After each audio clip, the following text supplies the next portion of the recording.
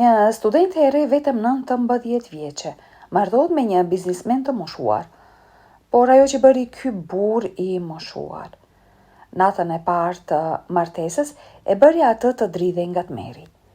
Një histori që do t'ju lërë pa frym.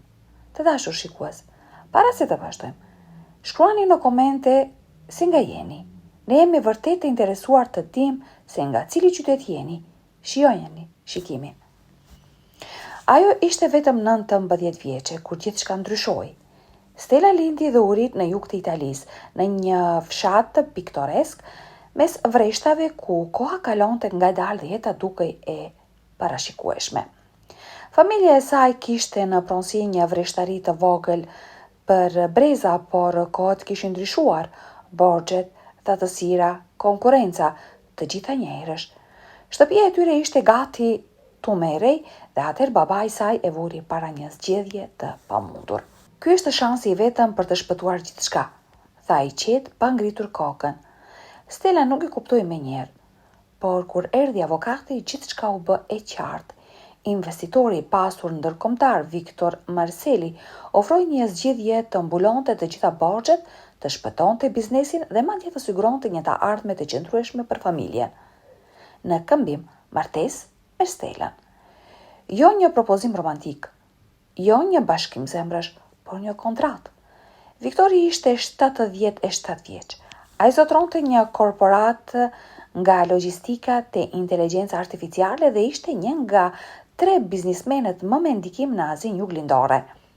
Kontrata u hartua me kujdes, u përkthye në anglisht dhe italisht, me pjesëmarrjen e avokatëve nga Singapori dhe Milano. Stella refuzoi. Luti, qau, bërtiti, por lutjet e saj u mbytën nga heshtja e raporteve financiare. Në fund ajo pranoi, jo nga frika, por sepse nuk shihte asnjë rrugë tjetër daljeje. Fluturimi për në Singapur ishte planifikuar për të shtunën. Ajo fluturoi vetëm.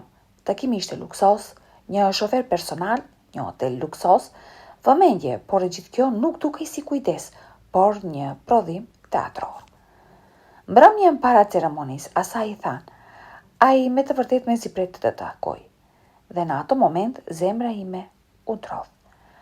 Ai do të ketë vërtet një natë dasme, si në traditat e vjetra. Tasma ishte zyrtare, ishin të pranishëm partner biznesi, zyrtar dhe avokat. Asnjë fytyrë e njohur për të, asnjë përqafim. Viktori ishte madhështor dhe i rrept. Ai ia puthi dorën dhe tha: "Ti je edhe më e bukur se në fotografi." Stella shtypi një dridhje. Më vonë asaj u bë një tur i shtëpisë. Dhomat ishin luksoze, por të mbytura dhe të huaja. Ndërsa ul në shtrat, ajo dëgjoi një trokitje. Viktori hyri, i rezervuar me një vetbesim të ftohtë. Ai tha qetë: "Hiqe, dua të shoh atë që më përket." Stella u bind, me gishta që i dridheshin. Ajo i zgjidhi ripin e rrobave të saja. Viktori u ofrua ngadalë, frymëmarrja e tij u shpejtua. Ai pothuajse e preku dhe papritmas ndaloi. Fytyra e tij u shtrembërua. Sytë e tij u rrotulluan dhe ai ra rënd dhe pa jetë. Stella nuk e kuptoi menjëherë çfarë po ndodhte, vetëm minuta më vonë, mes bërtitmave dhe shërbetorëve dhe panikut të rojave, u bë e qartë se ai kishte pësuar një iktus, goditje në tru. Ai ra në koma, asgjë nuk ndodhi atë natë, por askush përveç Stellës nuk e dinte këtë. Disa muaj më vonë ai vdiq. Avokatët hapën testamentin. Stella ishte vejush, trashëgimtare zyrtare, por një klauzol në kontratë hidhte dyshime mbi gjithçka. Nëse martesa nuk ishte konsumuar, e drejta për trashëgimi humbiste. Stella mbeti e heshtur. Ajo nuk donte para apo skandale, por heshtja u bë një kurth. Akuzat filluan. Media e quajti atë një gjakthare pasurie. Familja e Viktorit ngriti padi, por të gjithë kishin frikë ta thoshin publikisht nëse martesa nuk ishte konsumuar. Atëherë Viktori ishte impotent dhe asnjë nga trashëgimtarët e tij nuk e donte këtë turp. Dhe atëherë u shfaq Daniel Marseli, djali më i vogël, një i diplomuar i shkollës së ekonomisë në Londër, i cili sapo ishte kthyer nga Australia, i rezervuar, inteligjent, ambicioz. Ai donte të vërtetën dhe erdhi në Itali, ku Stella jetonte në vetmi. Në fillim ai vetëm e vëzhgonte. A i pa si ajo ecte vetëm, si shtrëngonte çdo gjë, si shmangte vëmendjen, si mbante veten me dinjitet të qetë. Interesi i rrit, pastaj ai erdhi te porta. Nuk kam ardhur për të akuzuar. Dua të di të vërtetën. Por Stella nuk e lejoi. Danieli erdhi përsëri dhe përsëri. Ai foli me rojet e sigurisë, me fqinjet. Ai e vëzhgonte atë si një person që vërtet kujdesej. Dhe një ditë ajo foli. Çfarë do që të ndëgjosh? Që unë e josha? Që unë manipulova plakun? Dua të kuptoj, kush je ti? U përgjigj Danieli. Disa ditë më vonë ai gjeti dokumente në shtëpinë e vjetër të babait të tij. Viktori kishte bler aksionet të vreshtarisë së familjes së saj paraprakisht përmes një zinxhiri kompanish fantasma.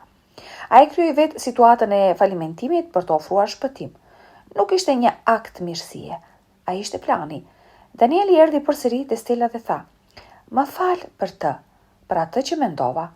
Ajo tundi kokën, diçka lindi mes tyre, e qetë e pa vënë re. Pa fjalë të larta, pa premtime, por me një frym të rejete. Çdo shikim, çdo prekje e Danielit ishte e kujdesshme, respektuese, sikur ai kishte frikë të shkatronte paqen e saj të brisht. Për herë të parë Stella ndjehu se mund të ishte vetja, dhe ishte në këtë gjendje intimiteti të prekshëm, kur ditët kalonin qetësisht, që ajo vuri re ndryshime tek vetja. Në fillim kishte të vjellat e lehta në mëngjes, pastaj lodhje dhe një ndjeshmëri të çuditshme ndaj aromave. Ajo përpoq të mos i kushtonte vëmendje, duke ia vënë fajin të gjithë nervave të saja. Por një mëngjes, duke qëndruar para pasqyrës, ai kuptoi se kjo nuk ishte një ëngth, aty kishte një jetë brenda saj. Stella ishte shtatzën. Gishtëritë e saj dridheshin ndërsa ajo vendosi duart në stomak. Mendimi për të pasur një fëmijë me Danielin shkaktoi një stuhi emocionesh, gëzim, frikë, shpresë, panik.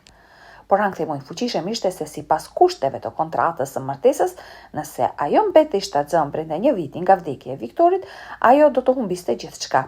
Shtëpinë e saj, mbrojtjen e saj, madje edhe të drejtën e heshtjes që ajo e vlerësonte aq shumë. Ajo kishte frikë t'i tregonte Danielit, jo sepse nuk i besonte atij, por sepse kishte frikë se do të bëhej përsëri një burim shkatrimi, këtë herë në jetën e tij. Ajo shmangej nga shikimi i tij, largohej, fshikte barkun e saj nën rroba dhe u përpoq të sillej si zakonisht. Por Danieli e ndjehu. Ai e njihte shumë mirë tashmë.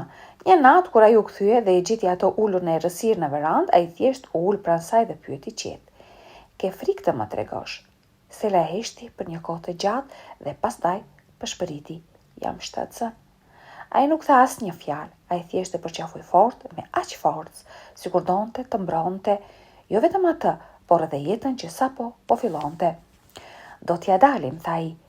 "Tani ti nuk je vetëm." Stella hoqi dorën nga shumica e trashëgimisë së saj. Ajo la vetëm vreshtarinë e vjetër në Itali, tokën e familjes së saj.